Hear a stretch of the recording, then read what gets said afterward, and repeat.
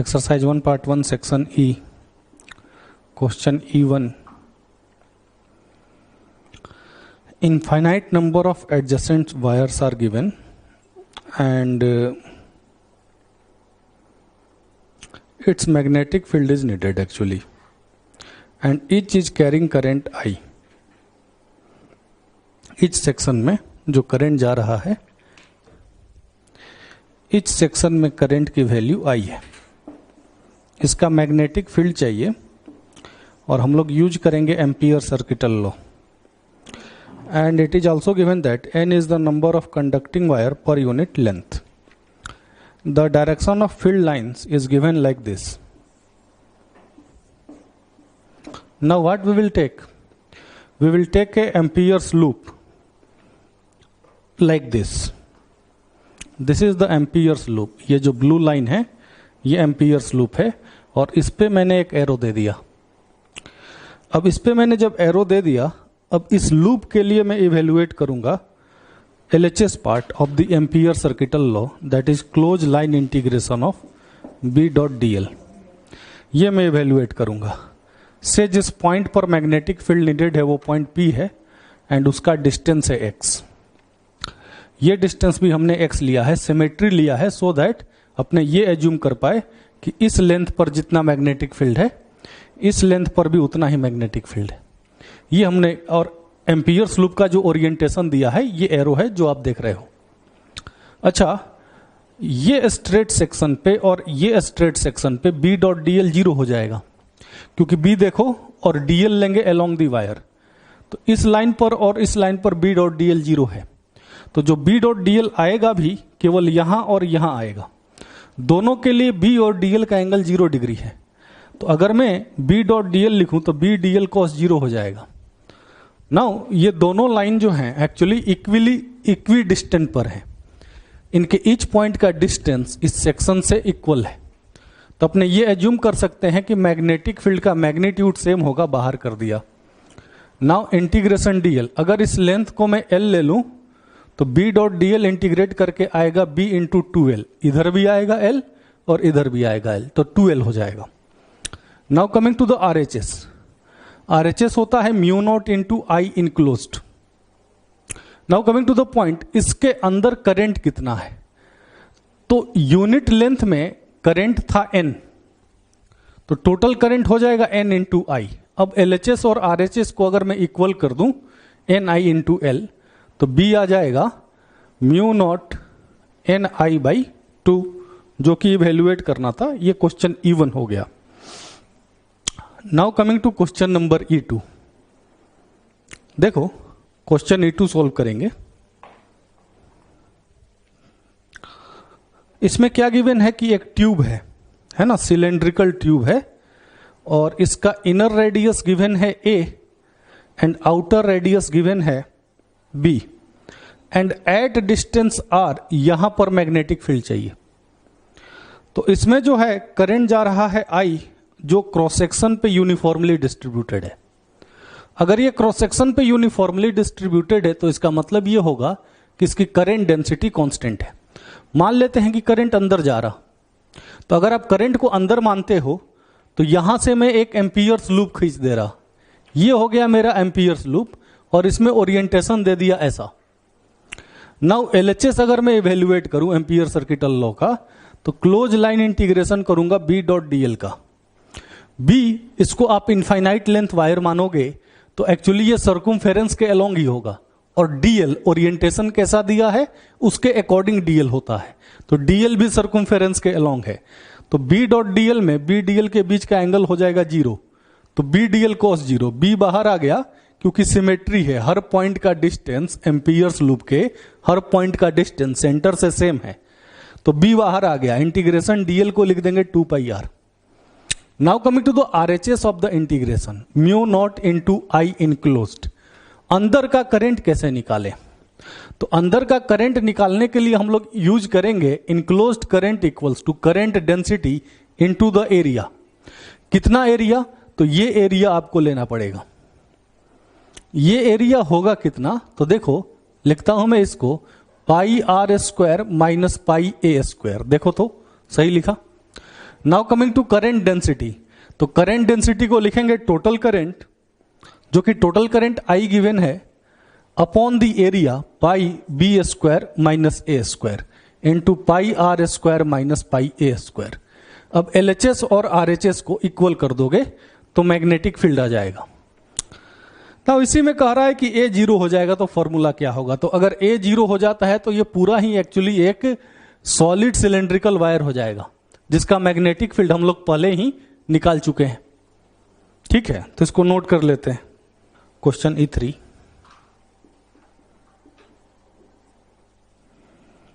a thin long cylindrical tube of radius r carries current I along its length.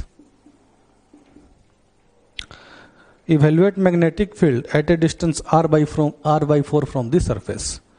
तो surface से r by 4 पर है। सबसे पहले बात करते हैं इनसाइड पॉइंट की। तो अगर सरफेस से r by 4 पर है तो एक्सिस से हो जाएगा एट डिस्टेंस 3r by 4। अभी यहां पर मैग्नेटिक फील्ड चाहिए। Now coming to the point, अब अगर यहां से गुजरता हुआ एक सिमेट्रिकल एम्पियर्स लूप खींचूं तो वो एक सर्कल होगा। अब इस सर्कल के लिए देखो, एम्पियर्स लूप जब हम लोग यूज करते हैं तो सबसे पहले लेना होता है हम लोग को B.dl। LHS देखोगे तो सबसे पहले लेना होता है B.dl। ऐसे ये क्वेश्चन तो थ्योरी में भी मैंने बता दिया है, ये क्वेश्चन थ्योरी में हो चुका है, फिर भी B.dl करेंगे तो ये आ जाएगा B into 3r by 4 into 2 pi. RHS में जो होगा, इसके अंदर करंट कितना है? तो इसके अंदर करंट 0 है, तो मैग्नेटिक फील्ड अगर दोनों को इक्वल करे तो 0 हो जाएगा। मतलब इस ट्यूब के अंदर के किसी भी पॉइंट पर मैग्नेटिक फील्ड 0 होगा। नाउ इसका जो दूसरा पार्ट है, बाहर में r by 4 पर, तो इस ट्यूब के बाहर में अगर r by 4 डिस्टेंस पर देखें तो एक्सिस से जो डिस्टेंस हो गया वो हो गया 5r by 4। अब अगर यहां से गुजरता हुआ अगर मैं एम्पियर्स लूप खींचूं तो वो एक सर्कुलर लूप होगा। अब इस ट्यूब में एक्चुअली करंट जा रहा है अलोंग द लेंथ, तो बाहर के पॉइंट्स के लिए ये इनफाइनाइट लेंथ वायर जैसा बिहेव करेगा। तो इसके लिए जो मैग्नेटिक फील्ड लाइन होगी, अगर करंट अलोंग द लेंथ जा रहा है I, तो magnetic field line circular loops होंगी। तो अगर ऐसा है, एम्पियर्स लूप का ओरिएंटेशन देखो और B.dl में मैग्नेटिक फील्ड का ओरिएंटेशन देखो। तो अगर मैं LHS की बात करूं तो ये आ जाएगा B.dl cos 0। अब अगर सिमेट्री है तो मैग्नेटिक फील्ड बाहर आ गया, इंटीग्रेशन dl इसका सर्कुम्फेरेंस देगा, और ये जो सर्कुम्फेरेंस हो गया 2 पाई और रेडियस हो जाएगा 5r by 4। ठीक है, now coming to RHS, mu naught into I enclosed. अंदर में करंट क्या है? तो अंदर में करंट जो होगा, ये पूरे में जो करंट है वही अंदर करंट होगा। पूरे में करंट कितना था? I। तो मैग्नेटिक फील्ड जो आएगा वो मैग्नेटिक फील्ड आ जाएगा B equals to mu naught I by 2 pi into 5r by 4। तो इसको जब सॉल्व कर लेंगे तो आंसर आ जाएगा। ये हो गया question number E3। Now coming to question number E4। E4 की बात करते हैं। एक लॉन्ग सोलेनॉइड है जिसके लिए मैग्नेटिक फील्ड इवेल्युएट करना है, मैग्नेटिक फील्ड गिवन है और number of turns per unit length निकालना है। तो सीधे फॉर्मूले में डाल दोगे B equals to mu naught N I। इसमें मैग्नेटिक फील्ड गिवन है, करंट गिवन है, म्यू नॉट को रख देना 4 पाई इंटू 10⁻⁻⁷। तो यहां से आ जाएगा आपका number of turns per unit length. ठीक है, तो ये इतना नोट कर लेते हैं, फिर बात करते हैं, है ना। Question E5। सबसे पहले ये जो वायर बांधा गया है सोलेनॉइड पे, इसका रेसिस्टेंस निकाल लो। रेसिस्टेंस ऑफ वायर ये कैसे निकालोगे? तो 1 मीटर का जो रेसिस्टेंस है वो 0.01 है और 400 टर्न बांधे गए हैं, तो इनटू कर देंगे आप, ये हो गया रेसिस्टेंस पर unit length into total length कर दो आप। तो टोटल लेंथ कैसे निकालोगे? तो एक बार लपेटोगे तो लेंथ होगा 2 पाई r, इनटू द, एक बार ये लपेटा है, into the number of turns, ये हो जाएगा रेसिस्टेंस ऑफ द वायर। तो जब आप बैटरी से इसको कनेक्ट करोगे, इस रेसिस्टेंस को मैंने कैपिटल आर से डिनोट कर दिया। एक बार बैटरी से कनेक्ट किया तो लिखेंगे E equals to I R, तो यहां से I आ जाएगा EMF के टर्म में। ठीक है, एक बार ये आ गया जब भी, तो आपसे पूछ रहा है कि EMF कितना होगा ताकि ये मैग्नेटिक फील्ड आ जाए। तो मैग्नेटिक फील्ड का फॉर्मूला क्या होता है सोलेनॉइड के लिए, ये होता है म्यू नॉट NI। ये N क्या होता है, तो number of turns per unit length. तो म्यू नॉट हो गया 4 pi into 10⁻⁻⁷। Number of turns per unit length कैसे निकालूं, तो टोटल टर्न कितना गिवन है 400 एंड टोटल लेंथ कितनी गिवन है 20, इसको मीटर में कर लेंगे। इनटू द करंट, तो करंट को क्या लिखेंगे EMF अपॉन रेसिस्टेंस। रेसिस्टेंस को क्या लिखूं मैं, तो 0.01 इंटू 2 पाई, रेडियस गिवन है, देखो रेडियस गिवन है 1 सेंटीमीटर, तो 1 इंटू 10⁻⁻² इंटू n। तो टोटल नंबर ऑफ टर्न है एक्चुअली ये, टोटल नंबर ऑफ टर्न। तो टोटल नंबर ऑफ टर्न था 400 और मैग्नेटिक फील्ड कितना गिवन है, तो 1 इंटू 10⁻⁻²। यहां से आप सॉल्व कर लो, सॉल्व कर लोगे तो देखो EMF आ जाएगा। एक ही अननोन है इस इक्वेशन में और वो EMF है, तो सॉल्व कर लीजिए आप। Now coming to question number E6। तो ये एक्चुअली मैंने जब थ्योरी पढ़ाई थी तो एग्जाम्पल में दे दिया था मैंने, तो इसको वापस से करने की जरूरत नहीं है। हमने जो मैग्नेटिक फील्ड का फॉर्मूला निकाला था वो म्यू नॉट K/2 निकाला था, जहां K था current per unit width, current in unit width. Hint दे रहा हूं मैं, अगर आपको याद ना हो तो वापस हिंट दे रहा। और सीट के लिए मैग्नेटिक फील्ड जब देखते हैं तो अगर करंट बाहर जा रहा है तो यहां पर जो मैग्नेटिक फील्ड होगा ये डायरेक्शन में होता है, और यहां पर मैग्नेटिक फील्ड एक्चुअली ये डायरेक्शन में होता है। और ये मैग्नेटिक फील्ड डिस्टेंस पर डिपेंड नहीं करता, चाहे ये x कुछ भी हो जाए, मैग्नेटिक फील्ड में x नहीं आता, यूनिफॉर्म मैग्नेटिक फील्ड होता है। वैसे ही इसको यूज करके आप क्वेश्चन नंबर E6 को सॉल्व कर पाओगे। इसको नोट कर लेते हैं, ठीक है ना। क्वेश्चन नंबर C3 देखो, इसमें कुछ करना नहीं है, जहां म्यू नॉट आता है वहां म्यू हो जाएगा म्यू NI, और म्यू को लिख दोगे आप mu R into mu naught, तो रिप्लेस कर दो, तो ये हो जाएगा question number C3। Now coming to question number C4। तो देखो C4 का डायग्राम सबके पास होगा। C4 की बात करें, अगर मैं इस प्लेन को, देखो एक बार के डायग्राम बना लेते हैं।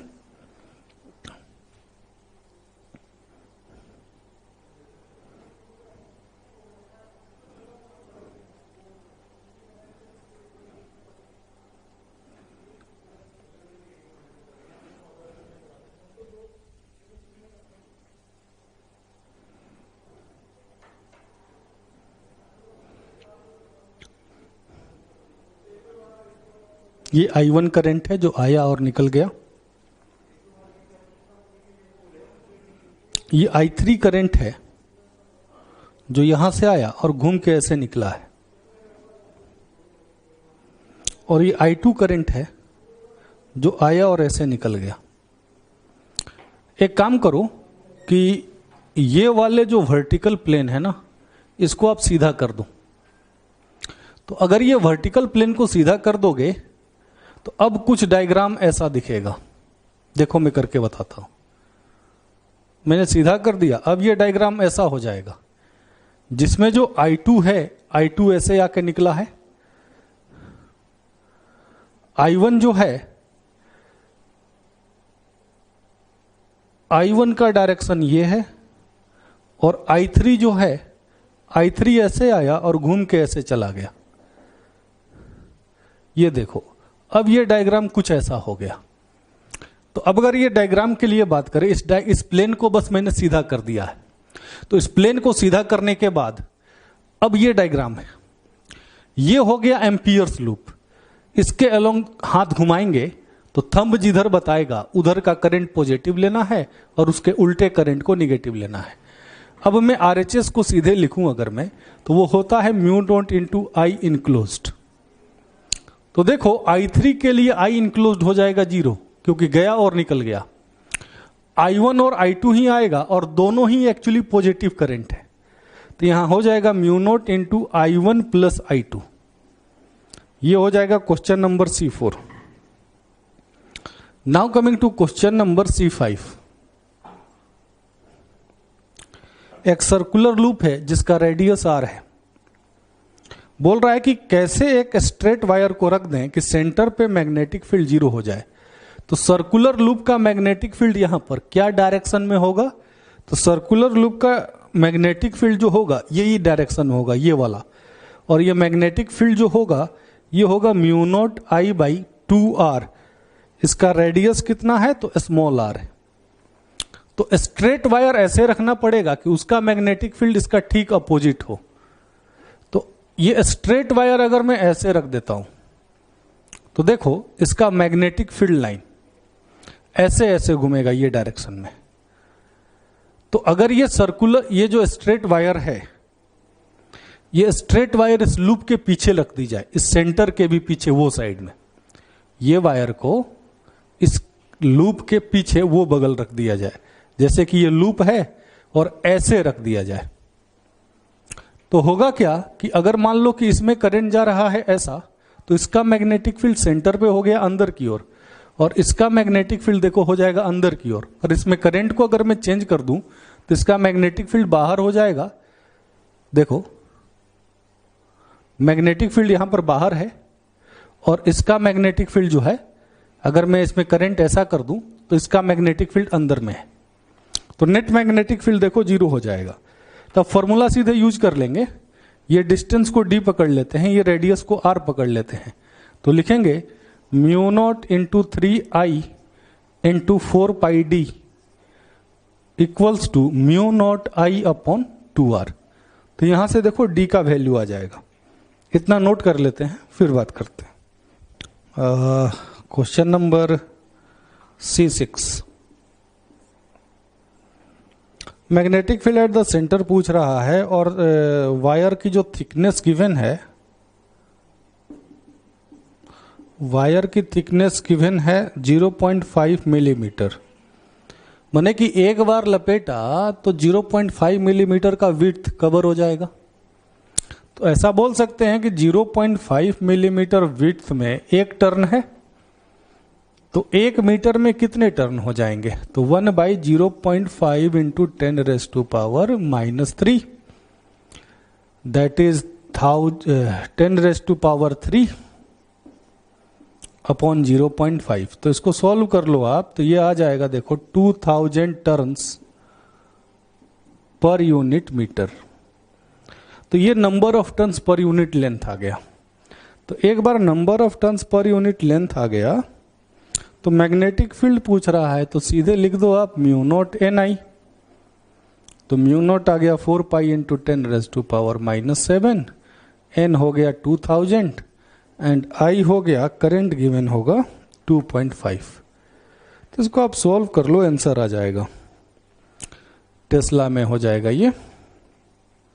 Now coming to question number C7। तो आगे के लिए ये ध्यान रखना है कि थिन वॉल्ड पाइप में अगर करंट अलोंग द लेंथ जाता है तो अंदर हर जगह मैग्नेटिक फील्ड 0 होता है और बाहर में मैग्नेटिक फील्ड d डिस्टेंस पे होता है mu naught I by 2πd।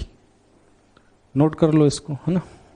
अब आगे के लिए आपको इसको याद रखना है भाई, ये एक ट्रिक की तरह याद रखें कि अगर एक इनफाइनाइट एरिया सीट आपको दिया गया और उसमें करंट अलोंग द लेंथ जा रहा है और यहां पर मैग्नेटिक फील्ड खोज रहा है, तो सबसे पहले डायरेक्शन की बात करें, थंब को करंट के डायरेक्शन में कर लेना।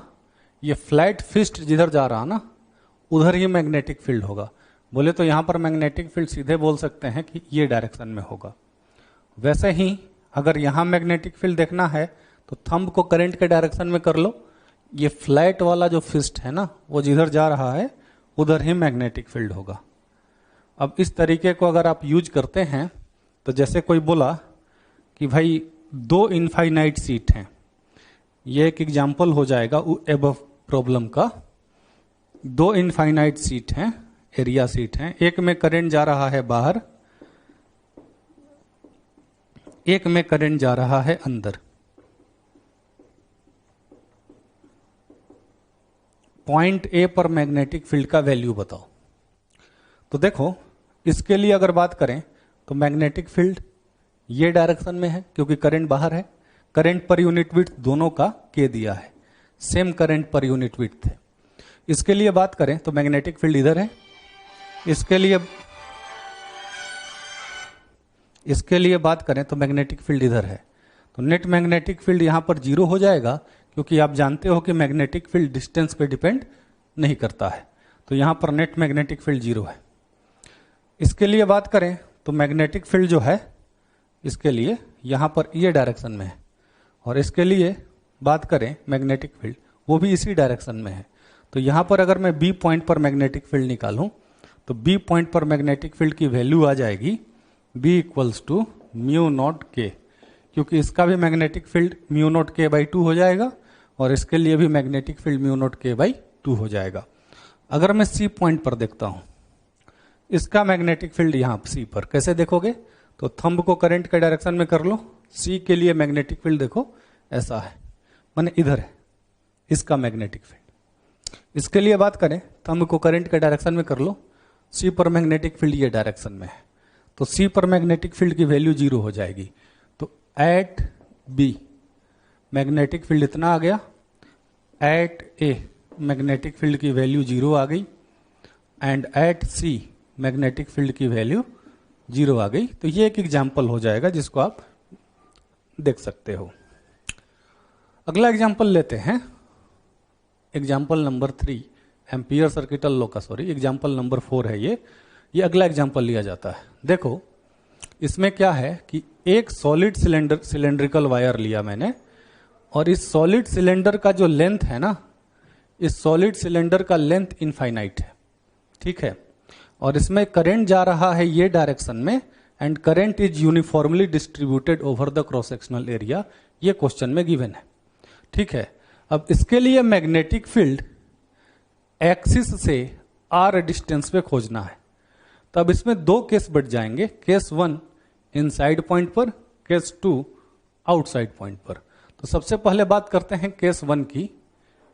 Case 1, there is a point whose distance are from the axis is less than the radius which is smaller. ये इनसाइड पॉइंट की बात कर रहे हैं, से ये पॉइंट है पी, यहां पर मैग्नेटिक फील्ड की बात कर रहे हैं। तो अगर ऐसा है तो यहां से जाता हुआ एक सिमेट्रिकल एम्पियर्स लूप होना चाहिए।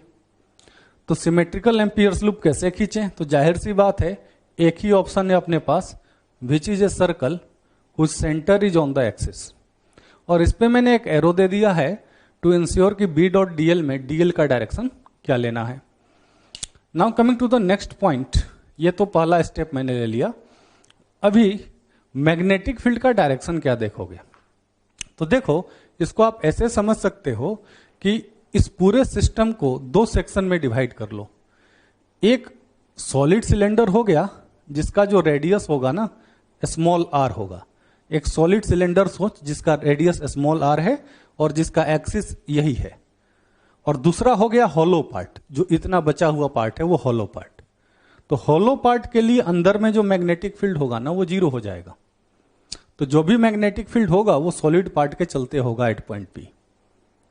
अगर इतना है तो अब सॉलिड पार्ट के लिए मैग्नेटिक फील्ड का डायरेक्शन कैसे देखें, तो ये एक इनफाइनाइट लेंथ वायर की तरह बिहेव करेगा। तो इनफाइनाइट लेंथ वायर का मैग्नेटिक फील्ड लाइन कैसा होता है, कॉन्सेंट्रिक सर्कल्स होता है। तो अगर ऐसा सोचे तो डीएल जिधर लिया मैग्नेटिक फील्ड भी उधर ही हो जाएगा। तो पहले बात करते हैं एलएचएस ऑफ द क्वेश्चन, तो close line integration of B dot DL. तो अगर ऐसा है तो बी और डीएल में तो 0 का एंगल है, तो ये हो गया बी डीएल कॉस 0।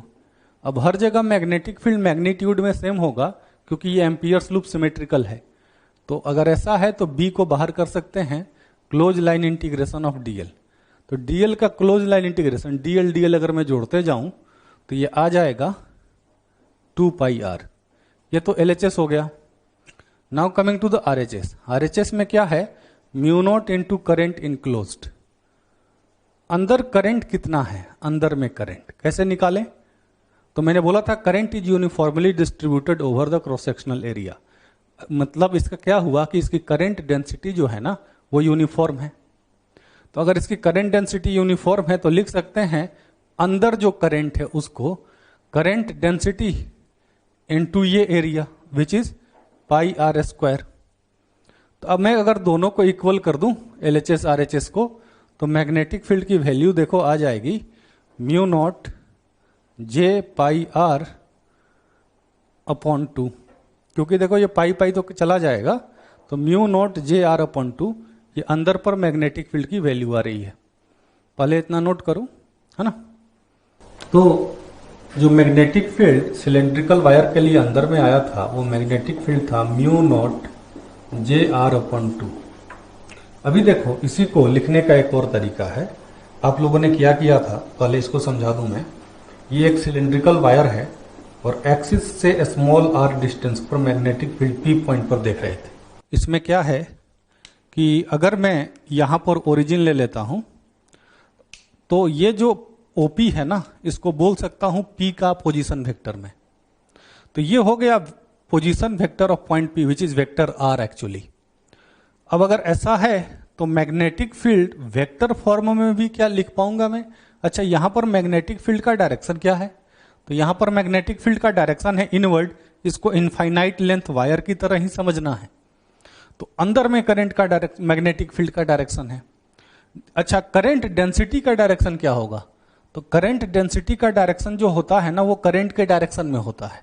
तो करंट डेंसिटी जो J है ना वो इधर है।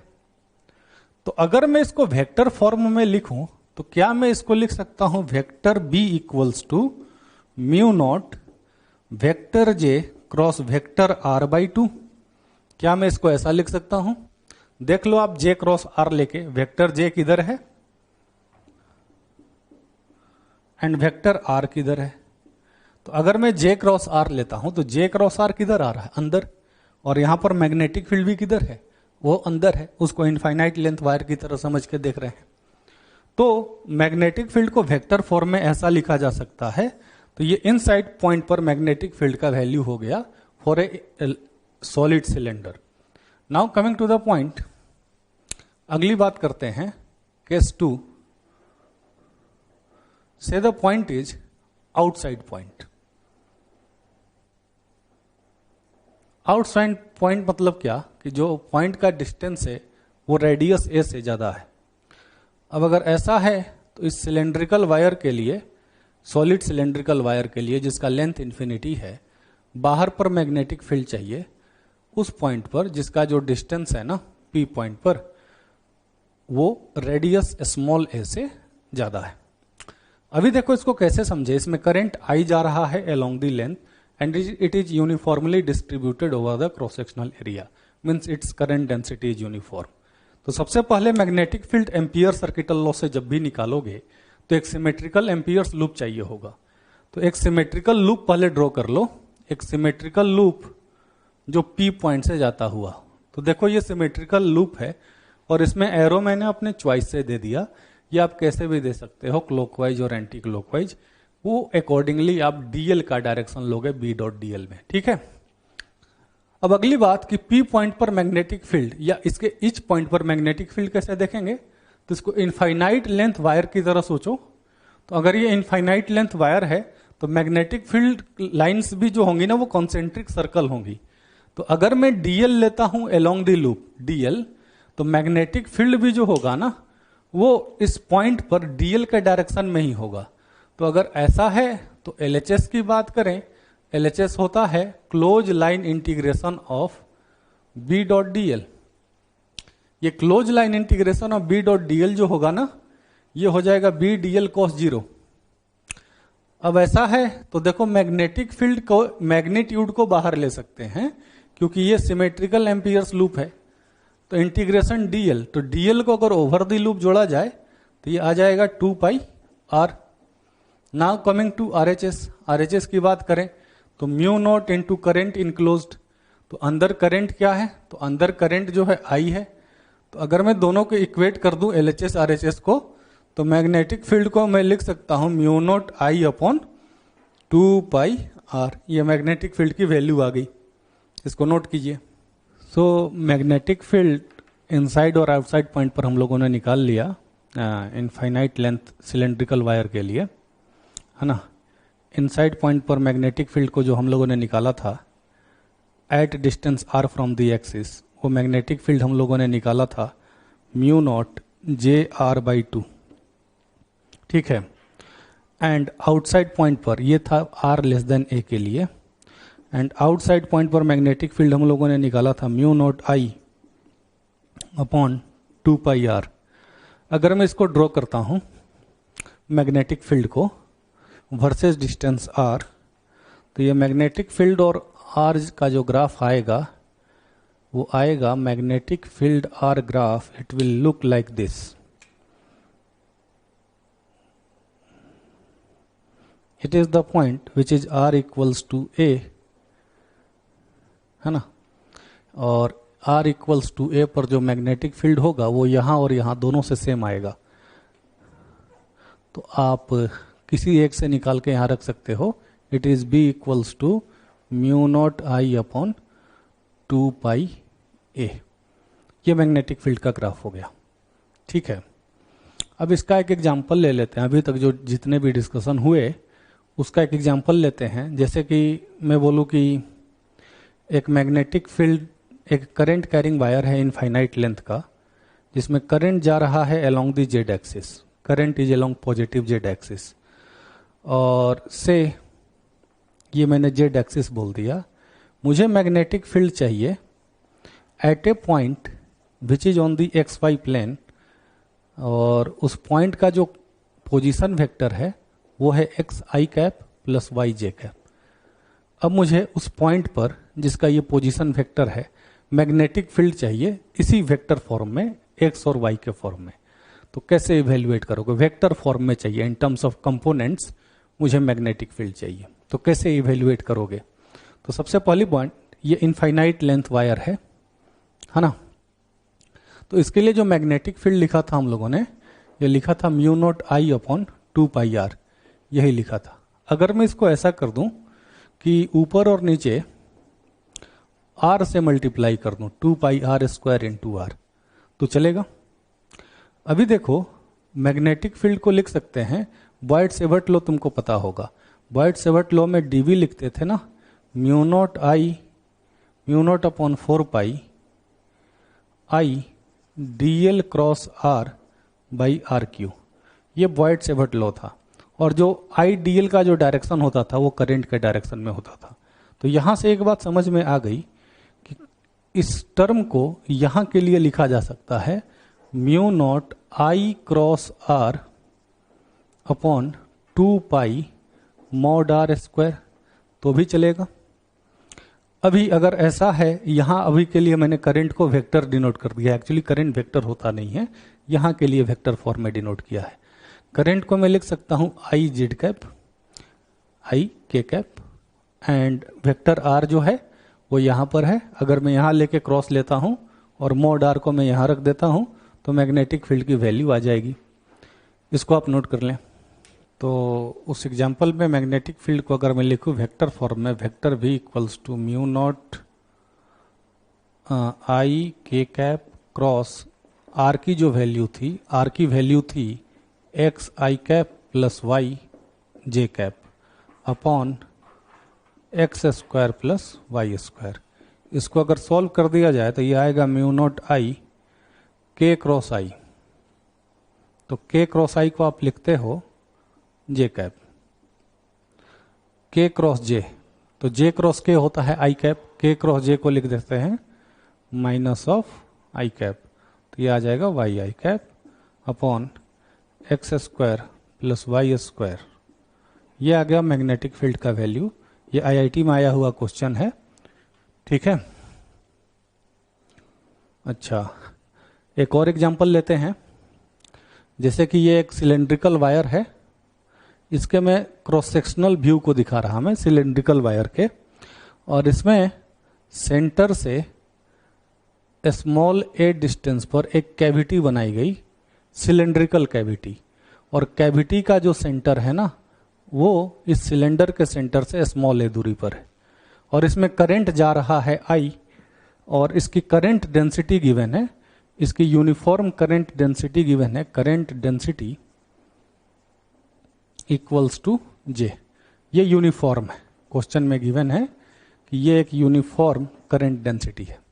ठीक है, अब क्वेश्चन है कि कैविटी के एक पॉइंट पर मैग्नेटिक फील्ड की वैल्यू बताओ, कैविटी के किसी भी एक पॉइंट पर, और इसमें करंट जा रहा है अलोंग दी लेंथ। ठीक है, तो इसको कैसे इवेल्युएट करोगे, देखो थोड़ा एनलार्ज्ड व्यू में देखते हैं। ये स्मॉल ए है, मान लो यहां पी पॉइंट पर मुझे मैग्नेटिक फील्ड चाहिए, तो अभी मैं क्या करता हूं ना, अगर मैं इसको ओरिजिन ले लूं और इस कैविटी को अगर मैं फिल कर दूं, कैविटी को अगर मैं फिल कर देता हूं, तो यहां पर मैग्नेटिक फील्ड जो होगा, से दिस इज वेक्टर R1, तो मैग्नेटिक फील्ड की जो वैल्यू आएगी, बी को लिख सकते हैं vector B equals to mu naught J cross R1 upon 2। Previous definition से अगर कैविटी फिल कर दोगे तो ये पूरा सिलेंड्रिकल वायर हो जाएगा। तो अगर ये पूरा सिलेंड्रिकल वायर हो जाता है तो P पॉइंट पर मैग्नेटिक फील्ड क्या आएगा वो मैंने लिख दिया। नाउ जिस कैविटी को तुमने फिल किया वो भी एक सिलेंडर है। अब मान लो उसका सेंटर O1 है। अब इस O1 को अगर मैं ओरिजिन बोल दूं तो इसका पोजीशन वेक्टर जो होगा, उस पोजीशन वेक्टर को मैंने R2 लिख दिया। तो magnetic field at point P due to the cavity, जो कि भरा गया, उसको लिख सकते हैं magnetic field due to cavity equals to mu naught J cross R2/2। जब कैविटी आपने भर दिया तब की बात है। तो रिमेनिंग मैग्नेटिक फील्ड जो लिख सकते हैं, रिमेनिंग के चलते P पॉइंट पर मैग्नेटिक फील्ड होगा total magnetic field minus magnetic field due to cavity. तो अगर इसको लिखा जाए तो म्यू नॉट बाई 2 कॉमन हो जाएगा, J भी कॉमन हो जाएगा, अंदर में आएगा R1 minus R2। Now coming to this vector, अगर मैं O1 इसको एक वेक्टर बोल दूं, वेक्टर A, तो ट्रायंगल लॉ अगर मैं यूज करूं तो लिखूंगा vector A plus R2 equals to R1। तो अगर ऐसा है तो R1 माइनस R2 को क्या लिख दूं मैं, तो R1 माइनस R2 को लिख सकते हैं वेक्टर A। तो देखो कैविटी के किसी पॉइंट पर जो मैग्नेटिक फील्ड है वो उस पॉइंट के लोकेशन पे डिपेंड नहीं कर रहा, बोले तो R1 पे डिपेंड नहीं कर रहा है। ठीक है, तो किसी भी पॉइंट पर मैग्नेटिक फील्ड बोला जा सकता है कि वो यूनिफॉर्म है। ठीक है, नोट करो इसको। एम्पियर सर्किटल लॉ का अगला एग्जांपल है मैग्नेटिक फील्ड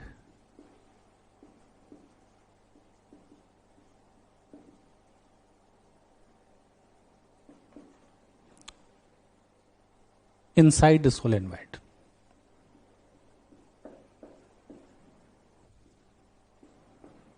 सोलेनॉइड, सबसे पहली बात ये सोलेनॉइड क्या होता है, तो देखो सोलेनॉइड में एक सॉफ्ट आयरन कोर लेते हैं एंड उसके ऊपर जो है कॉपर की वाइंडिंग की जाती है। इस पूरे सिस्टम को सोलेनॉइड कहा जाता है। अपने जो मैग्नेटिक फील्ड निकालेंगे एम्पियर सर्किटल लॉ से निकालेंगे, और ये इनफाइनाइट लेंथ का है, solenoid of infinite length, infinite length का सोलेनॉइड है। ठीक है, और इसमें करंट जा रहा है I। अब इसका मैग्नेटिक फील्ड इवेल्युएट करना है, तो सबसे पहला पॉइंट देखो, इसमें करंट यूं घूम रहा है, तो इन पॉइंट्स पर करंट जो है ना अंदर जा रहा, ऐसे करंट जा रहा ना, तो इन पॉइंट्स पर अंदर जा रहा, इन पॉइंट्स पर करंट जो है ना वो बाहर जा रहा है। तो अगर मैं इसका अल्टरनेटिव डायग्राम ड्रॉ करूं तो इसको कुछ ऐसे कर सकते हैं कि ये सोलेनॉइड ऐसा है, ठीक है, और यहां पर जो करंट है अंदर जा रहा, तो उसको क्रॉस बना दिया मैंने, है ना।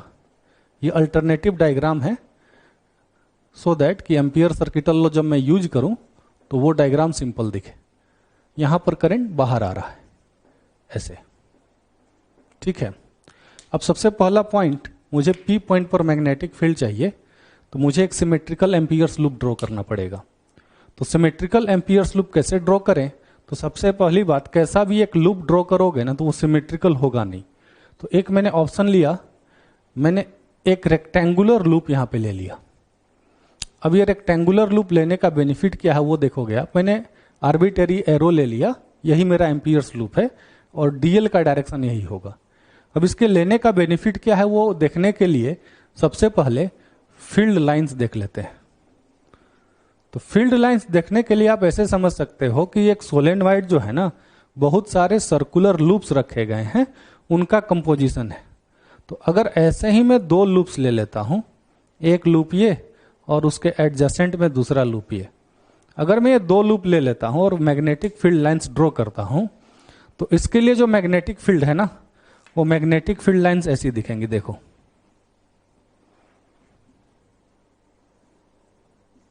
और इसके लिए अगर मैं ड्रॉ करूं ना, तो इसके लिए मैग्नेटिक फील्ड लाइंस जो हैं ऐसी दिखेंगी।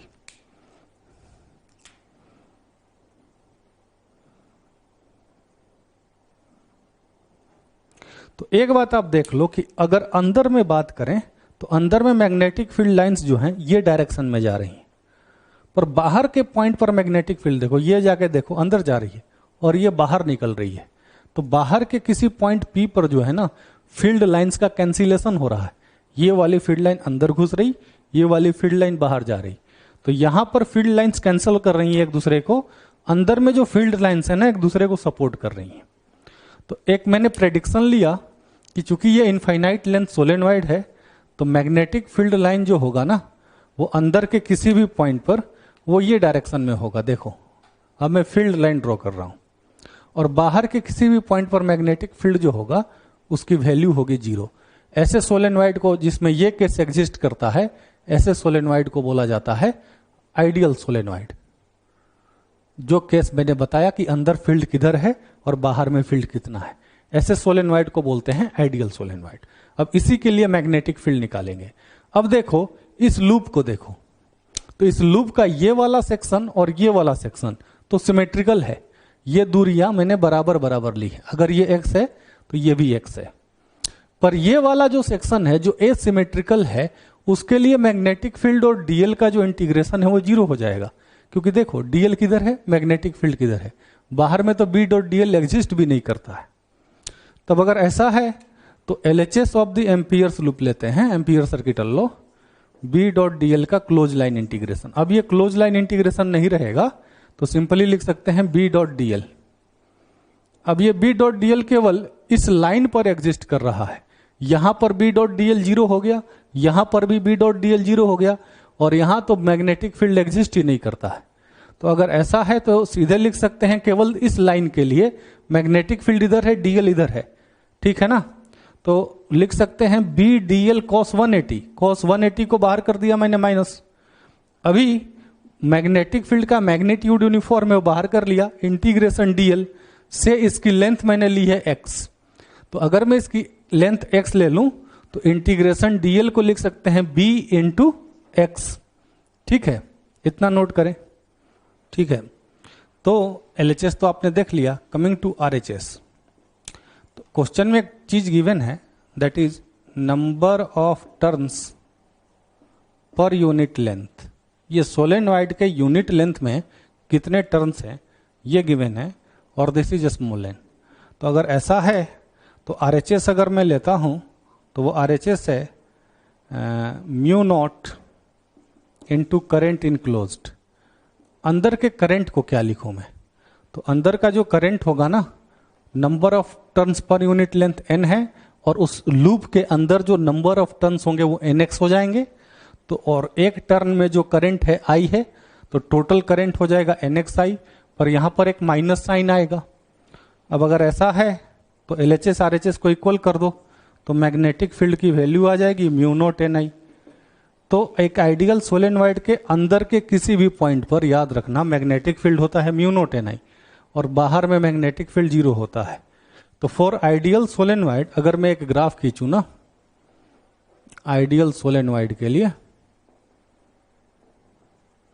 तो आइडियल सोलेनॉइड के लिए मैग्नेटिक फील्ड का जो ग्राफ जाएगा, magnetic field versus distance from the axis, axis से डिस्टेंस ले रहा, तो अंदर में कांस्टेंट रहेगा और हर जगह रहेगा म्यू नॉट एन आई, और बाहर में ग्रेजुअली घटते हुए ये 0 हो जाएगा। ये आइडियल सोलेनॉइड है। पर अगर एक रियल सोलेनॉइड की बात करते हैं ना, तो रियल सोलेनॉइड के लिए यही ग्राफ जो है ऐसा एग्जिस्ट करता है। ये पॉइंट है एक्सिस वाला पॉइंट, यहां मैग्नेटिक फील्ड मैक्सिमम होता है और फिर ये घटते हुए 0 हो जाता है। तो ये हो गया रियल सोलेनॉइड। अब एक बात और आप याद रखेंगे, ये इंटीग्रेशन से डिराइव भी किया जा सकता है। एक सोलेनॉइड जिसका लेंथ इन्फिनिटी नहीं है, उसके लिए एक पॉइंट P जो एक्सिस पर है, उस पर मैग्नेटिक फील्ड की जो वैल्यू होगी, वो मैग्नेटिक फील्ड की वैल्यू को लिखा जा सकता है μ0 ni/2 sine alpha plus sign beta, जहां अल्फा और बीटा जो है ना, इस लाइन से दोनों एंड के एंगल हैं। ये एंगल अल्फा ले लिया, ये एंगल को बीटा ले लिया, ठीक है। तो ये मैग्नेटिक फील्ड की वैल्यू है। अब अगर यही लेंथ इन्फिनिटी हो जाता है तो अल्फा और बीटा दोनों हो जाते हैं 90। तो अगर मैं दोनों को 90 लिख दूं तो ये हो जाएगा μ0 ni साइन 90 साइन 90, 2 से कैंसिल हो गया, ये आ गया। और अगर वही एंड पॉइंट पर बात करें, इनफाइनाइट लेंथ सोलेनॉइड के लिए एंड पॉइंट पर यहां पर बात करोगे तो देखो बीटा 90 हो जाएगा, है ना, अल्फा 0 हो जाएगा। तो अगर ऐसा है तो यही फॉर्मूला हो जाएगा μ0 ni/2। तो इनफाइनाइट लेंथ सोलेनॉइड के लिए एंड पॉइंट पर मैग्नेटिक फील्ड ये होता है एट एनी इनसाइड पॉइंट, ये होता है। और ये जनरल है, जो किसी भी सोलेनॉइड के लिए आप ये फॉर्मूला यूज कर सकते हो, चाहे उसकी लेंथ कुछ भी हो, at any point on the axis ये मैग्नेटिक फील्ड होता है, ठीक है। इतना नोट करें आप। तो एम्पियर सर्किटल लॉ में इतना ही। अब बात करेंगे force on a moving charge. एक मूविंग चार्ज पे जब वो मैग्नेटिक फील्ड में मूव करता है तो फोर्स की वैल्यू क्या होती है। देखो, ये फोर्स का कोई डेरिवेशन नहीं है, इसको सीधे आप याद रखो। ये फोर्स की वैल्यू होती है F = Q V cross B। अब यहां पे आप एक बात ध्यान दोगे कि अगर चार्ज पॉजिटिव है, इफ Q इज पॉजिटिव, तो मैग्नेटिक फील्ड जो होगा ना, V क्रॉस B जो होगा, उसी के डायरेक्शन में फोर्स होगा। Force is along V cross B। And अगर चार्ज निगेटिव है तो force is opposite to V cross B। ये सबसे पहला पॉइंट है। अब अगर इस फॉर्मूले को देखें तो एक बात समझ में आ जाती है कि जो फोर्स होगा वो वेलोसिटी के भी परपेंडिकुलर होगा, एंड फोर्स जो होगा वो मैग्नेटिक फील्ड के भी परपेंडिकुलर होगा। अब अगर फोर्स वेलोसिटी के परपेंडिकुलर है तो एक बात और समझ में आ गई कि जो भी एक्सीलरेशन होगा, एक्सीलरेशन प्रोड्यूस्ड, वो वेलोसिटी के परपेंडिकुलर है, और वैसे एक्सीलरेशन को बोलते हैं विल बी रेडियल एक्सीलरेशन। एक बात और आपको समझ में आ रही है, अगला पॉइंट जो है, जो समझ में आ रहा है कि ऐसा भी हो सकता है कि फोर्स 0 हो। तो फोर्स 0 होने का कंडीशन बनेगा कि if velocity is parallel to magnetic field और anti parallel to magnetic field, theta 0 या 180, दोनों केस में फोर्स की वैल्यू जो हो जाएगी वो 0 हो जाएगी। मतलब कि ऐसा भी हो सकता है कि चार्ज मूव कर रहा है और मैग्नेटिक फील्ड उस पर फोर्स न लगाए। इसमें एक और बात समझ में आ गई कि अगर चार्ज की वेलोसिटी 0 हो जाती है, अगर चार्ज की वेलोसिटी 0 है तो फोर्स की वैल्यू भी 0 है। मतलब कि मैग्नेटिक फील्ड रुके हुए चार्ज पर कोई फोर्स नहीं लगाता है। ये इलेक्ट्रिक फील्ड जैसा नहीं है जो किसी भी चार्ज पे फोर्स लगाए। ये रुके हुए चार्ज पे नहीं लगाएगा। एक चार्ज जो v वेलोसिटी से चल रहा है उसी पे ये फोर्स एक्सर्ट करेगा, ठीक है। एक और बात हम लोग को समझ में आ गई कि इंस्टेंटेनियस पावर जो होता है ना, इंस्टेंटेनियस पावर होता है F.v, फोर्स डॉट वेलोसिटी। अब अगर फोर्स और वेलोसिटी परपेंडिकुलर हैं तो इंस्टेंटेनियस पावर की वैल्यू कितनी आ गई? 0। अब अगर इंस्टेंटेनियस पावर जीरो आ रहा है तो इंस्टेंटेनियस पावर का एक डिफिनेशन है डीके बाई डी, वो जीरो हो गया। अब अगर डीके बाई डी जीरो है तो काइनेटिक एनर्जी कांस्टेंट है, मतलब तो काइनेटिक एनर्जी कांस्टेंट का क्या मतलब कि जो वेलोसिटी होगी उसका मैग्नीट्यूड कांस्टेंट होगा। Magnitude of velocity will be constant, मतलब कि वेलोसिटी का डायरेक्शन तो बदल सकता है, फोर्स है, रेडियल एक्सीलरेशन है, तो डायरेक्शन तो बदलेगा पर वेलोसिटी का मैग्नीट्यूड जो है वो चेंज नहीं करेगा। ठीक है, इतना नोट करें। पिछले क्लास में बात कर रहे थे कि एक चार्ज को मैग्नेटिक फील्ड में प्रोजेक्ट करें तो उस चार्ज पे फोर्स की वैल्यू क्या होती है। जैसे कि इसका एक एग्जांपल ले लेते हैं। मान लो कि किसी रीजन में यूनिफॉर्म मैग्नेटिक फील्ड है एंड ये uniform magnetic field towards east है ना।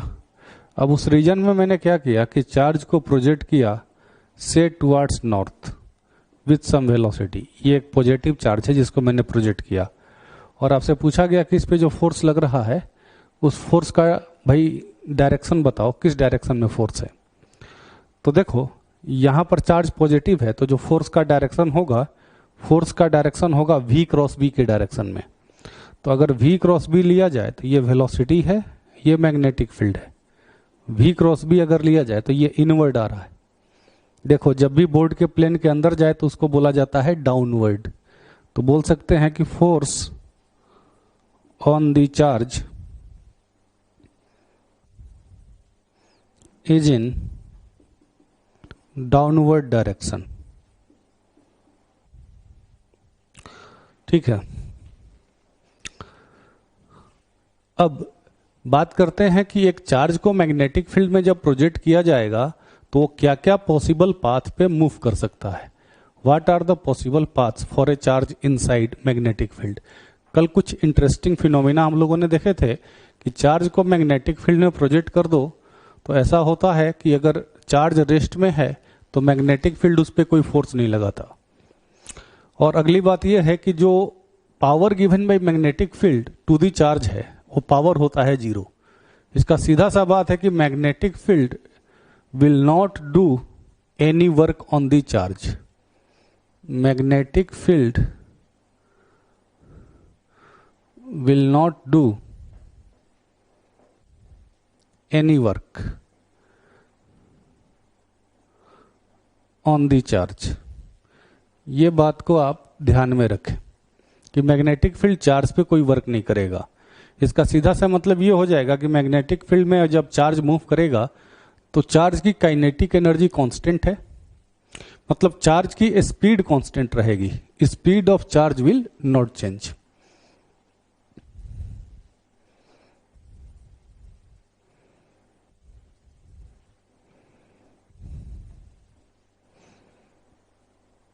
विल नॉट चेंज ऐसा। अभी देखो आगे बात करते हैं motion of the charge inside magnetic field. ये अपना टॉपिक है, motion of charge inside magnetic field.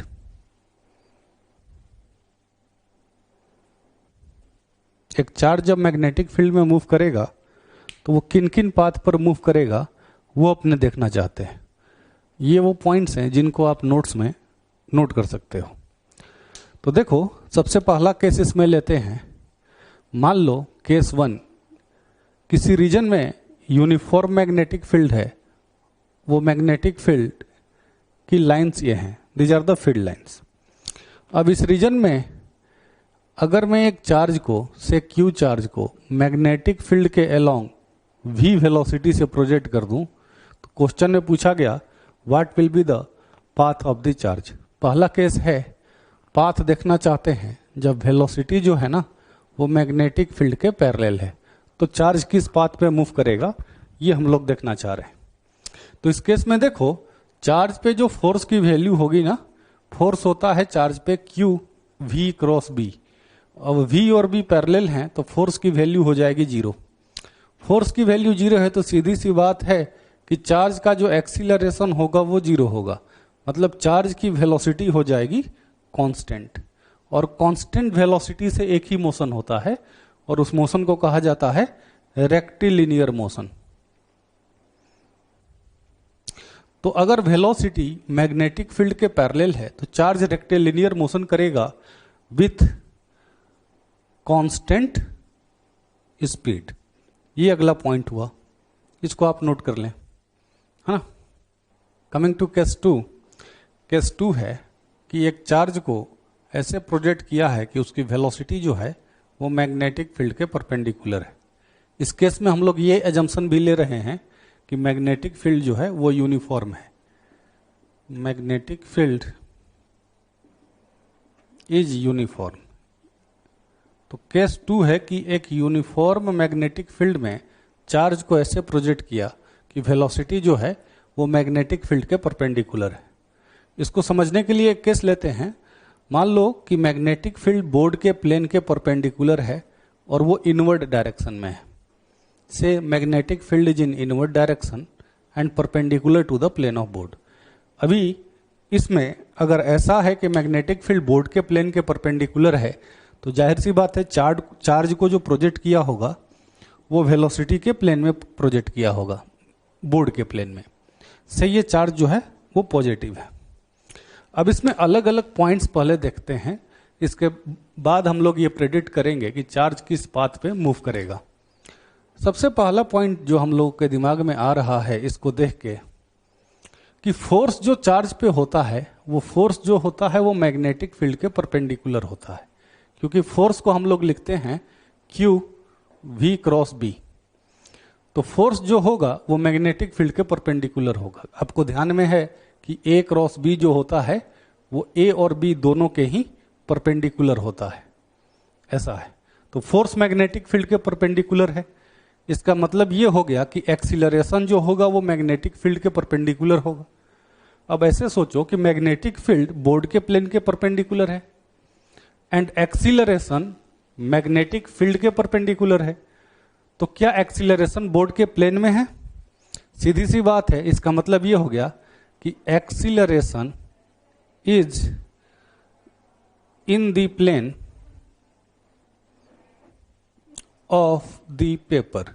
Board या पेपर जो है उसके प्लेन में होगा एक्सीलरेशन। अच्छा, अब ये बताओ कि इनिशियल वेलोसिटी किस डायरेक्शन में है? तो इनिशियल वेलोसिटी जो है ना वो भी बोर्ड के ही प्लेन में है। क्या एक्सीलरेशन ऑलवेज बोर्ड के प्लेन में है? तो एक्सीलरेशन हमेशा ही बोर्ड के प्लेन में रहेगा। तो अब अगर ऐसा है कि इनिशियल वेलोसिटी बोर्ड के प्लेन में है और एक्सीलरेशन हमेशा ही बोर्ड के प्लेन में है, तो अब सोच के बताइए कि कैसा मोशन होगा।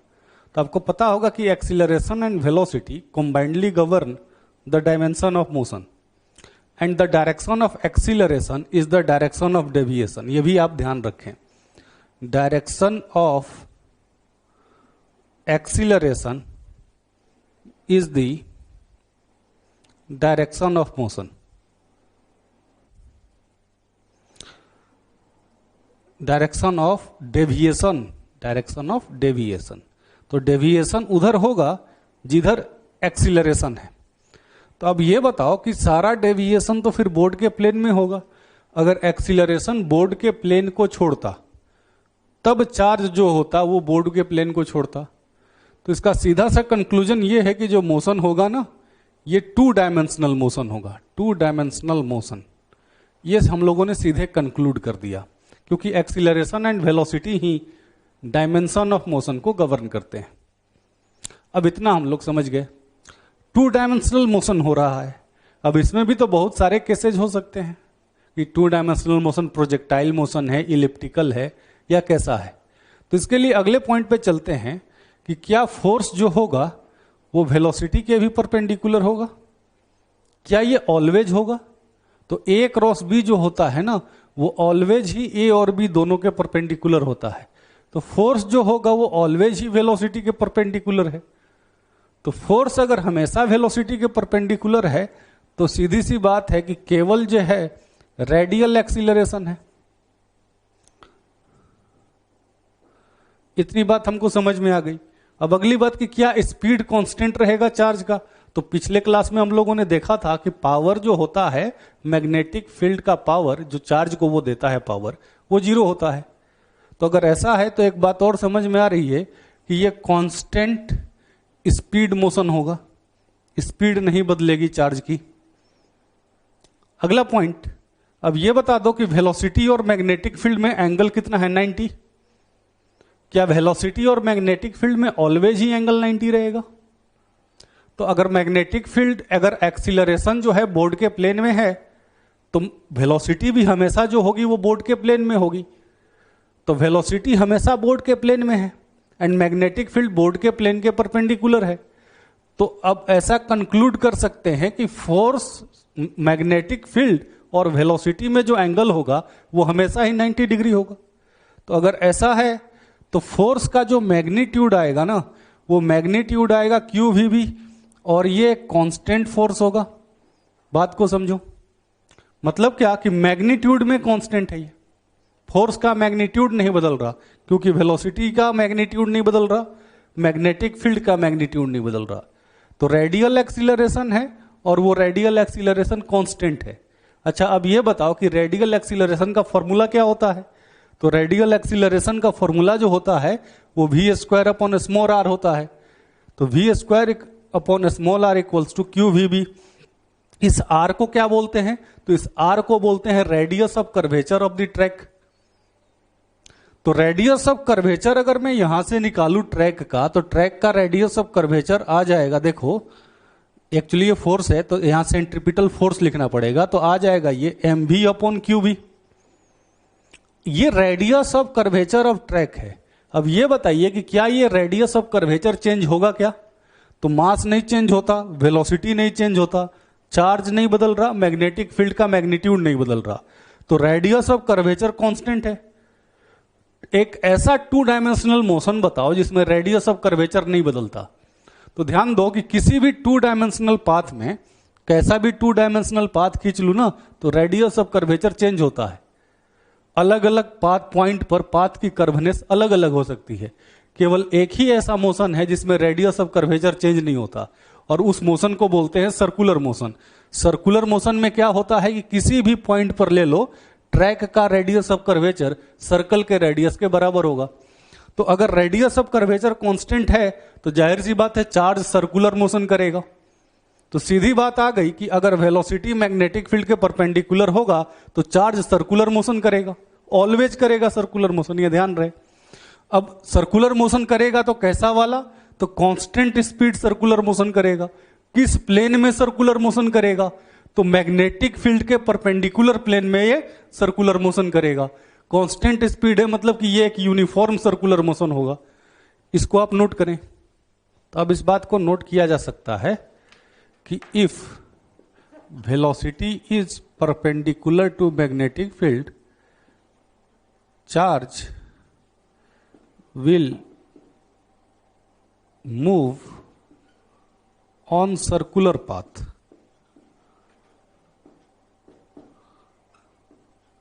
with constant speed. constant speed, ये अगला पॉइंट जो है दिमाग में रखना है। अब अगर ऐसा है तो रेडियस ऑफ सर्कल क्या होगा? तो रेडियस ऑफ सर्कल वही होगा जो ट्रैक का रेडियस ऑफ कर्वेचर है। तो ट्रैक का रेडियस ऑफ कर्वेचर क्या आया था? mv/qb। तो यही हो जाएगा radius of circle. It is the radius of circular path. ये सर्कुलर पाथ का रेडियस है, ये फॉर्मूला है और इसको आगे के लिए याद रखना पड़ेगा। अगला पॉइंट है, ये तो रेडियस है।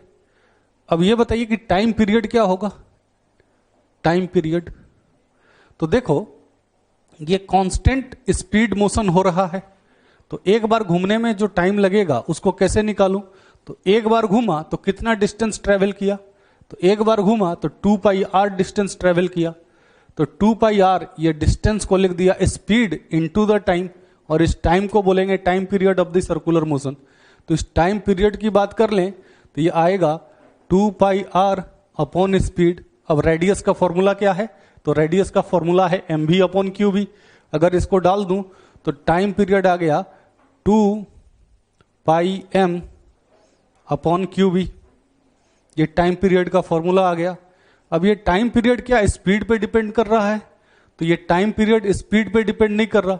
बोले तो चार्ज को स्लो स्पीड से फेंक या ज्यादा स्पीड से फेंक, जो टाइम पीरियड होगा वो वही रहेगा। पर कम स्पीड से फेंकोगे तो रेडियस छोटी हो जाएगी, ज्यादा स्पीड से फेंकोगे तो रेडियस बड़ी हो जाएगी, पर टाइम पीरियड चेंज नहीं करेगा।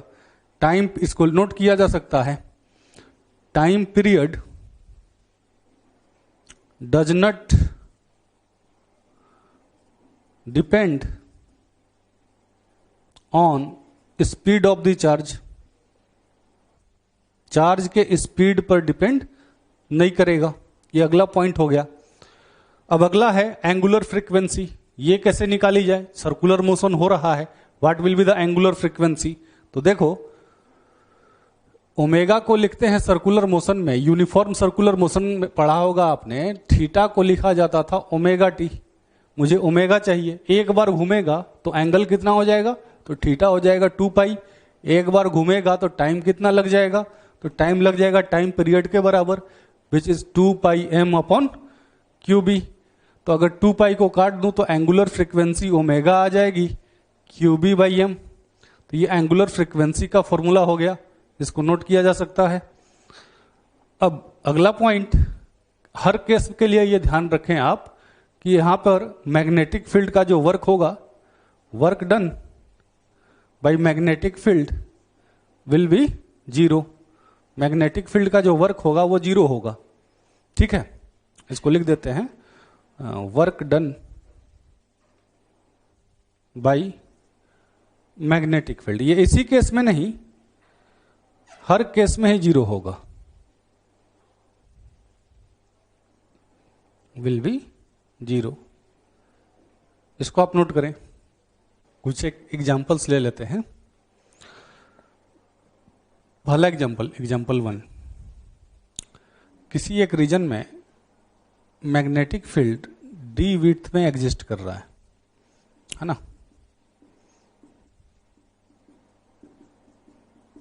केस 2 के मैं कुछ एग्जांपल्स ले रहा, और ये जो मैग्नेटिक फील्ड है ये प्लेन ऑफ बोर्ड या प्लेन ऑफ पेपर के परपेंडिकुलर है, और इस रीजन में मैंने चार्ज को प्रोजेक्ट किया in the plane of board. ऐसे प्रोजेक्ट किया कि ये जो वेलोसिटी है मैग्नेटिक फील्ड के परपेंडिकुलर है, और ये वेलोसिटी जो है वो बाउंड्री के भी परपेंडिकुलर है। आपसे पूछा गया कि भाई एक बार ऐसा होता है कि ये चार्ज जो है ना ऐसा करके निकल जाता है, एक बार ऐसा होता है कि ये जो चार्ज है ना ऐसा करके इधर घुमाता है। ठीक है, तो कौन सा केस कब एग्जिस्ट करेगा ये बताइए। देयर आर 2 केसेज, से केस 1 एंड केस 2। इस एग्जाम्पल में 2 केस एग्जिस्ट कर सकते हैं, तो कौन सा केस कब आएगा आपको ये बताना है। तो देखो कैसे देखना है। सबसे पहला पॉइंट, वेलोसिटी जो है मैग्नेटिक फील्ड के परपेंडिकुलर है। तो वेलोसिटी मैग्नेटिक फील्ड के परपेंडिकुलर है, तो चार्ज जो मूव करेगा inside magnetic field, path will be circular path, है ना। Path will be circular.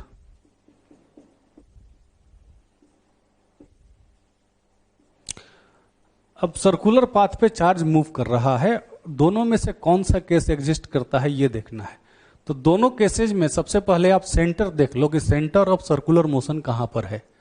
तो सेंटर ऑफ सर्कुलर मोशन कैसे देखें, से चार्ज जो था ना वो पॉजिटिव चार्ज था। तो अब ये देखो कि सेंटर ऑफ सर्कल कैसे लोकेट किया जाए। तो सेंटर उधर ही होगा जिधर फोर्स होगा, क्योंकि फोर्स ही जो है F equals to Q V cross B, ये जो फोर्स है यही प्रोवाइड करता है सेंट्रिपिटल फोर्स। ये फोर्स जो है will be the centripetal force. तो ये सेंट्रिपिटल फोर्स है, तो ये जिस डायरेक्शन में होगा सेंटर भी उसी डायरेक्शन में होगा।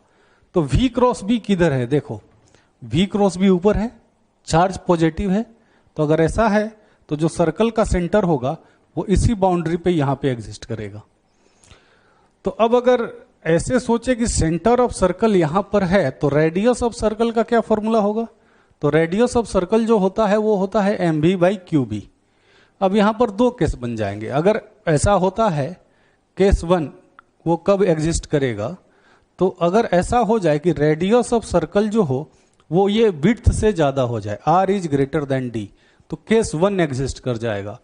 केस 2 कब एग्जिस्ट करेगा, सेकंड केस, जब रेडियस ऑफ सर्कुलर मोशन जो होगा ना वो छोटा होगा d से। देख लो यहां पर ये सेंटर अगर यहां पर है तो ये हो गया रेडियस ऑफ सर्कल, तो रेडियस ऑफ सर्कल अगर d से छोटा है तो केस 2 बन जाएगा, और अगर रेडियस ऑफ सर्कल d से बड़ा है तो केस 1 बन जाएगा। अब इसी में अगला पॉइंट ये पूछा गया कि ये बताइए कि अंडर केस 1 चार्ज का डेविएशन क्या होगा, what will be the deviation of the charge. तो आगे के लिए ध्यान रखेंगे कि डेविएशन का मतलब क्या होता है। तो deviation is the angle between final velocity vf and initial velocity vi। तो इन दोनों वेलोसिटी के बीच का एंगल जो होता है ना उसी को डेविएशन कहा जाता है। तो आपसे पूछा गया कि अंडर केस 1 ये बताइए कि डेविएशन की वैल्यू क्या होगी।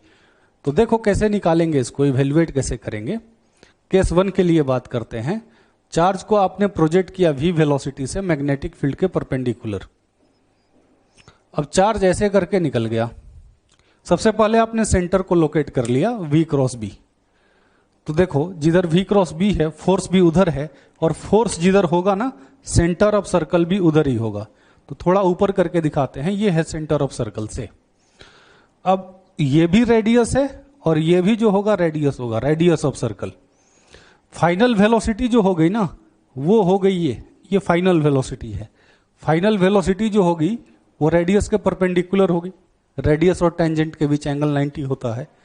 अब एंगल ऑफ डेविएशन की बात करें तो ये है इनिशियल वेलोसिटी, ये है फाइनल वेलोसिटी।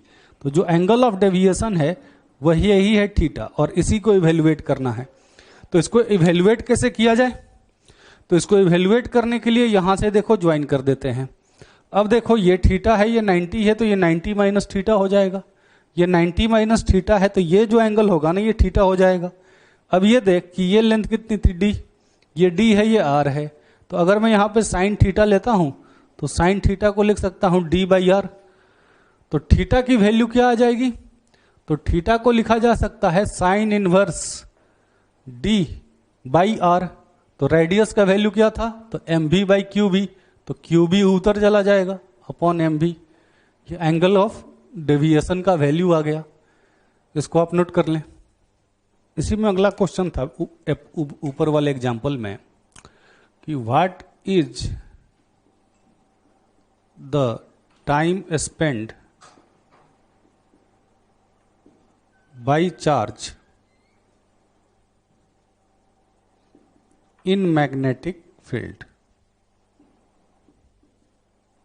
मैग्नेटिक फील्ड में चार्ज ने कितना टाइम एक्सपेंड किया, ये ऊपर वाले एग्जाम्पल का ही अगला पार्ट है। तो दोनों केसेस के लिए जो है अलग अलग बात करेंगे। देखो अगर ऐसा होता है कि मैग्नेटिक फील्ड में चार्ज इंटर करता है और इस पाथ को फॉलो करते हुए ऐसे निकल गया, तो कैन यू टेल मी कि चार्ज ने सेंटर के अबाउट कितना एंगल कवर किया। तो ये जो एंगल कवर्ड है वो है पाई। तो theta equals to omega T, ये सर्कुलर मोशन में जब यूनिफॉर्म सर्कुलर मोशन होता है तो यूज किया जाता है।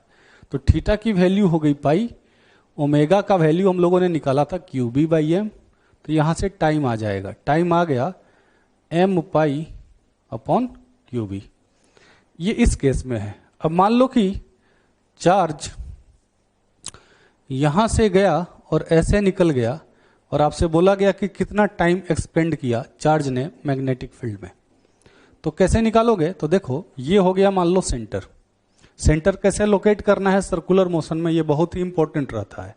सेंटर लोकेट करने नहीं आएगा तो क्वेश्चन भी नहीं बनेगा। तो सेंटर कैसे लोकेट करना है ये ध्यान से सुन लो तुम लोग। ये वेलोसिटी है, फोर्स जो होता है ना क्यू वी क्रॉस बी, वही सेंट्रीपिटल फोर्स देता है। तो वी क्रॉस बी किधर है, ऊपर की ओर, तो उधर ही सेंट्रीपिटल फोर्स है, तो सेंटर भी उधर ही होगा। अब ये हो गया भैया ये एंगल हम लोगों ने निकाला था कि ये एंगल कितना है। ये एंगल जो है एक्चुअली इस एंगल के बराबर आया था कि जो एंगल ऑफ डेविएशन था। तो ये एंगल अपने पास है। तो अगर ये एंगल अपने पास है तो इस थीटा को लिख सकते हैं ओमेगा टी के बराबर। ठीक है, अब ये एंगल कितना आया था तो इसको लिखा था हम लोगों ने साइन इनवर्स, अगर ये विड्थ डी है तो sine inverse D upon R which is the radius. तो M B by Q B, तो Q B upon M B equals to omega T. Omega का वैल्यू क्या होता है, तो ओमेगा का वैल्यू होता है क्यू बी अपॉन एम। तो टाइम की वैल्यू आ गई, time equals to M into sine inverse Q B D upon M V. ये हो गया time spend by the charge inside magnetic field. अगला एग्जांपल लेते हैं, नेक्स्ट एग्जांपल। देखो इस एग्जांपल में क्या है कि एक semi infinite region of magnetic field है। ये semi infinite region of magnetic field है। इधर मैग्नेटिक फील्ड है बोर्ड के प्लेन के परपेंडिकुलर, पर इधर मैग्नेटिक फील्ड नहीं है। अब इस रीजन में एक पॉजिटिव चार्ज को प्लस क्यू चार्ज को v वेलोसिटी से मैंने प्रोजेक्ट कर दिया। तो प्लस क्यू चार्ज को मैंने v वेलोसिटी से प्रोजेक्ट किया, तो आपको यह बताना है कि चार्ज कितने टाइम तक मैग्नेटिक फील्ड के अंदर रहेगा। What will be the time spend by the charge inside magnetic field. ठीक है, पहले इतना आप नोट कर लो फिर बात करते हैं। चार्ज को मैग्नेटिक फील्ड के अंदर, ये सेमी इनफाइनाइट रीजन है, इस सेमी इनफाइनाइट रीजन में चार्ज को v वेलोसिटी से प्रोजेक्ट किया है थीटा एंगल पे। ये एंगल भी गिवन है और आपको ये बताना है कि कितने टाइम तक ये चार्ज जो है मैग्नेटिक फील्ड के अंदर रहा। तो सबसे पहला पॉइंट सेंटर लोकेट करना पड़ेगा। सेंटर कैसे देखोगे, तो फोर्स के डायरेक्शन को देख के। तो फोर्स कैसे देखोगे, तो क्यू वी क्रॉस बी से। फोर्स होता है क्यू वी क्रॉस बी। तो अगर चार्ज पॉजिटिव है तो जो फोर्स होगा वही वी क्रॉस बी के डायरेक्शन में होगा, और यही फोर्स जो है सेंट्रीपिटल फोर्स प्रोवाइड करेगा। तो मतलब क्या कि ये जिधर होगा सेंटर भी उधर ही होगा। तो यहाँ पे चार्ज पॉजिटिव चार्ज लिया है तो फोर्स v क्रॉस बी के डायरेक्शन में है। फोर्स v क्रॉस बी के डायरेक्शन में है मतलब क्या कि फोर्स जो होगा वो वेलोसिटी के परपेंडिकुलर है। तो अब कैसे देखा जाए, तो वेलोसिटी के परपेंडिकुलर दो लाइन हो सकती है, या तो ऊपर को या तो नीचे को। तो कैसे देखें, तो देखो v क्रॉस बी इस डायरेक्शन में है, इस डायरेक्शन में आपने सेंटर ले लिया। अब सेंटर ले लिया तो अब चार्ज इसके अबाउट घूमेगा। तो इसके अबाउट अगर इस रीजन में घूमता है तो ऐसे करके ऐसे निकलेगा चार्ज, ये हो गया। तो अब देखो आपसे टाइम पूछा जा रहा है, तो सबसे पहले अपने ये निकाल लेते हैं कि ये कितना एंगल ट्रेस किया सेंटर के अबाउट। ये एंगल इवेल्युएट करेंगे। ये एंगल कैसे इवेल्युएट करें, तो देखो ये थीटा है। अब ये एंगल जो है 90 डिग्री है, ये एंगल हो जाएगा 90 माइनस थीटा, ये 90 माइनस थीटा, तो ये जो एंगल होगा वो 2 थीटा हो जाएगा। अब ऐसा है तो लिख सकते हैं theta equals to omega T. तो यहां से टाइम की वैल्यू आ जाएगी, the time spend by the charge inside magnetic field. तो लिखेंगे 2, थीटा का वैल्यू क्या आ गया, तो वो गिवन था, ओमेगा का वैल्यू हो गया Q V by M into T. तो टी आ जाएगा m into 2 theta upon Q B. अब इसी एग्जाम्पल में अगर चार्ज निगेटिव होता तो क्या होता, solve if Q is negative. Charge negative है तो कैसे सॉल्व करते, तो देखो चार्ज निगेटिव है, वापस सॉल्व करके देखते हैं क्या होता है। ये semi infinite region of magnetic field है और चार्ज को मैंने कर दिया निगेटिव। तो चार्ज निगेटिव है, माइनस क्यू चार्ज है, v वेलोसिटी से प्रोजेक्ट किया है और ये एंगल गिवन है थीटा। तो अभी देखो v क्रॉस b किधर हुआ, अब चार्ज निगेटिव है तो फोर्स जो होगा v क्रॉस b के अपोजिट होगा। तो फोर्स जो है वो ये डायरेक्शन में है। अब फोर्स ये डायरेक्शन में है तो सेंटर भी जो होगा वो रीजन के अंदर होगा ऐसा। अब फोर्स का सेंटर यहां पर है तो चार्ज कैसे घूमेगा, तो चार्ज यहां से आएगा और ऐसे करके यहां से निकल जाएगा। तो अब देखो कि सेंटर के अबाउट ये कितना एंगल घूमा, है ना। से सेंटर यहां पर है, तो सेंटर के अबाउट जो एंगल घूमा वो निकालना पड़ेगा। तो पहले इन दोनों लाइंस को ज्वाइन कर देते हैं। देखो ये वेलोसिटी है और ये हो गया फोर्स। तो वेलोसिटी और फोर्स में 90 का एंगल होता है। तो अगर ये 90 का एंगल होता है तो ये जो एंगल हो गया वो 90 माइनस थीटा हो गया, ये 90 माइनस थीटा हो गया। तो ये जो एंगल होगा 2 थीटा होगा। चार्ज जो एंगल घुमा है वो ये एंगल है और ये एंगल होगा 2 पाई माइनस 2 थीटा। अब अगर ऐसा है तो 2 पाई माइनस 2 थीटा यही एंगल है और इसको लिखेंगे ओमेगा टी के बराबर। अब ओमेगा का क्या वैल्यू हो गया, तो ओमेगा का वैल्यू हो गया QB by M into T. तो टाइम का वैल्यू आ जाएगा 2 pi minus 2 theta into M upon QB. ये हो गया time spend by the charge inside magnetic field. तो ये दोनों केस आप नोट कर लें।